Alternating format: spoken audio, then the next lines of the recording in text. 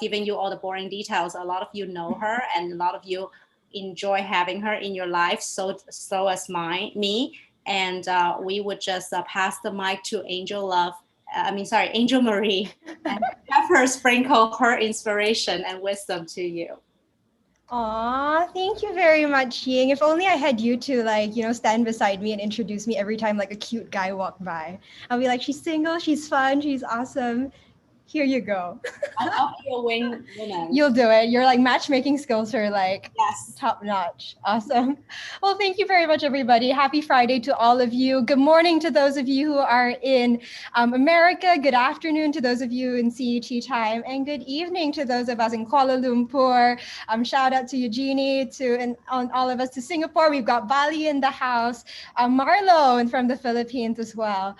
I am just so thrilled that all of you have chosen to spend your evening with me. And in this session, I'm going to just talk about something and hang out with you, talking about something that really holds a very special place in my heart, and that's called generational diversity. And it's really why I wake up every single day. It's something that's related to my why statement, in fact. And after 3 months of working on my why statement, refining it, asking people how they felt, does it resonate with me? I am pleased to share with you my why statement. Are you able to see my screen? Yes. Okay, perfect. So this is my why statement, and it is to connect generations so together we can honor and celebrate each other. For the last few years, I've been able to be inspired by the stories of the past, to leverage on the successes of people who have gone before me, and to honor that and to celebrate the dreams of the future as well. And that's something that I'm so excited about. And age was something that it was a cave that I was very afraid to enter. It was a big insecurity of mine. And that's pretty much because I always found myself as the youngest person in the room, which pretty much meant that I always got in trouble. So when I was growing up, I was the youngest in my family of 4, and I'm also the youngest in all my cousins. This is in my hometown in Zamboanga with my grandmother and all my cousins as well. I'm the youngest there. And in the family setting, I'm the youngest. And then when I went into the working world as well, I also happened to be the youngest. At 18, and I have a lot of colleagues here, so they met me when I was just about 17, 18 years old.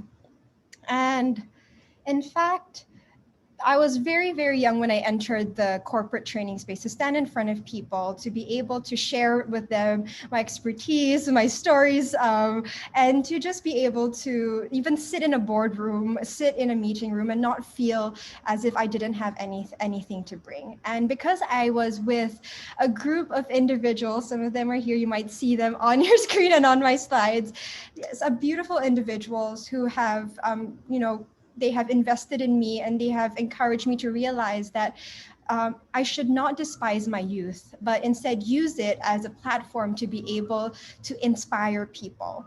And in fact, that continued on when I had to stand in front of, corporations, and I had to give, I do training, or when I have to even give my business card to people, and it said consultant.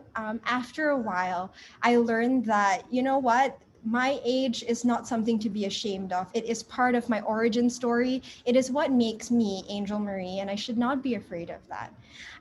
And this is my experience at Rohe Learning and Consulting. If you are, interested about generational diversity, they do such good work. They have interns from 17 all, and we have and I've worked with people in there all the way up to the young age is like 57 around there. So there's no old there. There's only young and younger. And then going on into the international stage, when I had to work with people in different time zones, I also happened to find myself as the youngest person. And age happened to be very much of an insecurity, but in fact, age is something that we can all celebrate, and the generations is something that we can all celebrate. So now I'd like to ask all of you in the chat function below, if you could you share with us 2 things? Could you share with us, one, where are you calling in from? And then could you also share with us your generation? So whether you're a Gen X, a Gen Y, a Gen Z, okay, young, please do not put young and old, that's not a generation, or like like young and younger. But in your generation, I'd love to know, the generational makeup that we have here. Early Y, awesome. Thank you, Eugenie. All right, next up, Dubai, Gen X, Tennessee, Elder Millennial. Love it. Awesome. Singapore, Gen X, Gen Y, Anne here, and a Gen Y. Hi, at the Anne. All right, Y into Z. Awesome. Thank you, Mev. Love it. Thank you, everybody. And having so many generations in one place, for me, I find it such a beautiful thing because there's for me, it's a lot of possibilities, a lot of stories, but it is also a very intimidating, diversity element to play around with. In fact, let's do this together.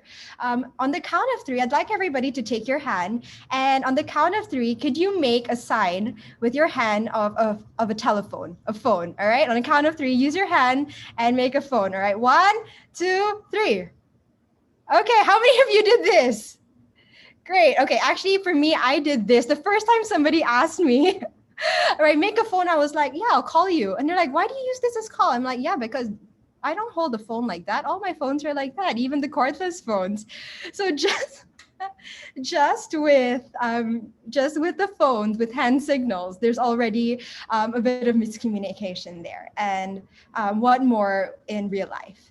And that's really why I wanted to do this session of Ask a Gen Z, because the only way we can understand one another is really by being able to have more conversations. But underlying that, before I even open the floor and let's start exploring questions, because I know some of you here brought very difficult questions for me to answer.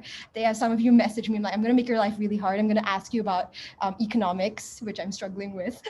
But I want to share also that, human is human. And that's the one thing I've learned about generations. Human is human. That whether you're a Gen X, a Gen Y, a Gen Z, or a baby boomer, traditionalist, all of us have the same needs: to be loved, to be known, to be valued, to be cared for, to be appreciated. Human is human. The concept of a generation is just to be able to describe a group of people who are born at a certain time in the eras, and they have a purpose of being born in that era. And really, human is human. And as we answer questions, as we explore the world of generations together, I hope that you can keep that in mind. So right now, everybody, think of a question that if you have a question that you have already brought that you'd like to ask me, you can start typing it down in the chat function below, whether it is, what does this word mean? Or you know what, do Gen Zs like doing this? Feel free to write down your questions. I'd love to know what you would like to, I'd love to know what you'd like to ask. Great, let's go. I'll give you some time to do that. Okay. Awesome. Thank you. Martin. All right. Is that how I pronounce your name? All right, Martin. Okay, thank you, Martin. Martin asked, what is your biggest insight after these 8 months in the pandemic? Lovely question. My biggest insight was that we don't need that much to live. And because as a Gen Z, I go on social media and every day I'm bombarded with, I need a new shoe, I need new shoes, I love sneakers. So I need the newest Nike colorway, I need this new bag, I need to go travel, but now travel's taken away and I can't wanderlust and Instagram all of that. I've learned that actually it's my family who sticks around. And if I build those relationships with my family, actually I don't really need that much to live. And I've also learned that relationships is the fuel for humanity. And that's why all of us are yearning for connection. And that's how International started. And that's why all of us are having Zoom calls. So the fact that we don't need that much to live, and also that relationships are the fuel for humanity. Next one, Esther, is lit still a cool word to use among Gen Zs? Yes, lit is still a cool word to use. And you can say oh, that's so lit. Like an experience was very lit. Like that's awesome. Or you can say hey, your shoes are very lit. Like you've got good style. So that is the way that you can use lit. I remember I used the word lit during one of my projects before with someone who said, "Oh my goodness, your session was so lit," and then this colleague of mine, and she's a baby boomer, I think Gen X, older Gen X, kind of really showing my mom's age, and she was like, "Huh? I didn't light anything during the session. Why is it lit?" And I said, "It's no, lit means awesome." So yeah, lit is still a cool word to use. Okay. Next up, Marlo. Hey, Marlo. Is there any misconception that earlier generations have about your generation that you would like to set straight? Wow, somebody really thought about this question and then brought it through. Thank you, Marlo. He texted me before this session. Was I'm going to make sure that you get a very difficult question. Um, I think a misconception that I wish that the previous generations didn't have about my generation is that we're not loyal, and that we're just real easily give up. My generation's called the strawberry generation, where you like pinch a little bit and then we're gonna squash.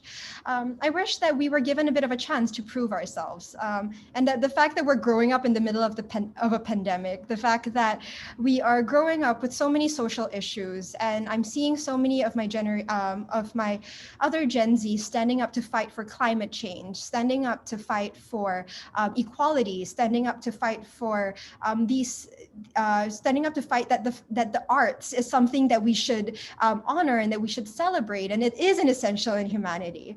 And I love the fact that we're able to, adopt a cause and then pursue it unapologetically and pursue it with gusto as well. And that we will be able to stay. I know there's also this misconception that we're not going to stay in our jobs very well. After 2 years, we're going to jump. I think the question goes, if an organizational culture is not great and it's not healthy for anybody to thrive in, it's not about a generation thing. Nobody will be able to stay in a place where every day they wake up feeling like they don't want to go to work or they have to drag themselves out of the workplace. It's not a generational thing, but about us as humans wanting to be energized and encouraged to live the lives that we love to live. Yeah, so I hope that answers your question. Okay, great. Eve says, absolutely great. Any other questions that you guys have about Gen Zs? All right.